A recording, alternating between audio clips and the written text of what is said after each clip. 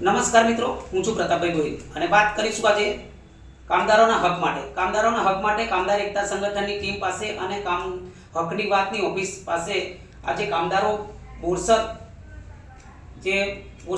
તાલુકામાં આવેલું કયું ગામ છે? વાસના ગામમાં કેજે ફાર્મા કેમિકલ કંપનીમાં નોકરી કરે છે છેલ્લા 10 વર્ષથી અને તેઓને રેગ્યુલર પગાર મળતો નથી અને તેમનો પીએફ કપાતો નથી અને જો પીએફ કાપવાનું કહે છે તો એ લોકોને કાઢી મૂકવામાં આવે છે. એમનો રેગ્યુલર પગાર પણ આપવામાં આવતો નથી અને છેલ્લા 10 વર્ષથી નોકરી કરે તે છતાં સરકારી રૂલ્સ પ્રમાણે પગાર મળતો નથી. નવા હોય તેમને પણ પગાર એટલો અને જૂના હોય તેને પણ પગાર એટલો આપે છે.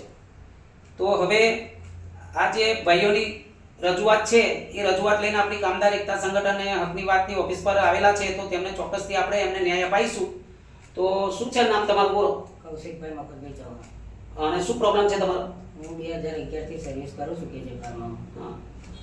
મને ગત 1 તારીખથી મારું રજિસ્ટરમાં નામ કમી કરેલ છે અને મને એ વ્યાજ ના કહી દીધેલું છે. કયા કારણસર? કોઈ કારણ છે?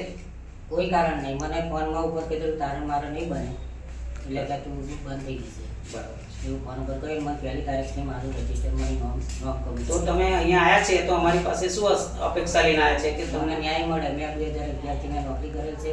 મને બે ત્રણ ફેરા આ રીતે મને છૂટો કરીને પાછો લીધો. એ લોકોએ. શું છે તમારું નામ? મારું નામ યતિન કુમાર કૌશિકભાઈ ચૌહાણ. અને શું છે તમારો પ્રોબ્લેમ? મારો પ્રોબ્લેમ એ છે કે હું નોકરી કરતો હતો કેજે ફાર્મામાં અને એક દાડો ઓવર ટાઈમ કરવા ના રહ્યો. મારે ઘરે કામ હતું એટલે જલ્દી ના ગયો.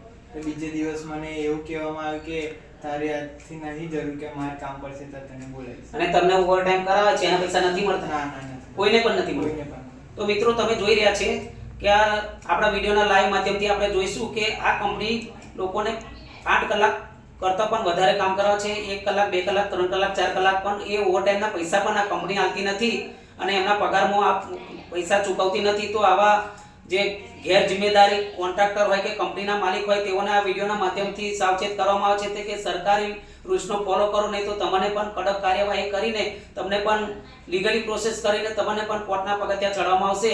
જય હિન્દ.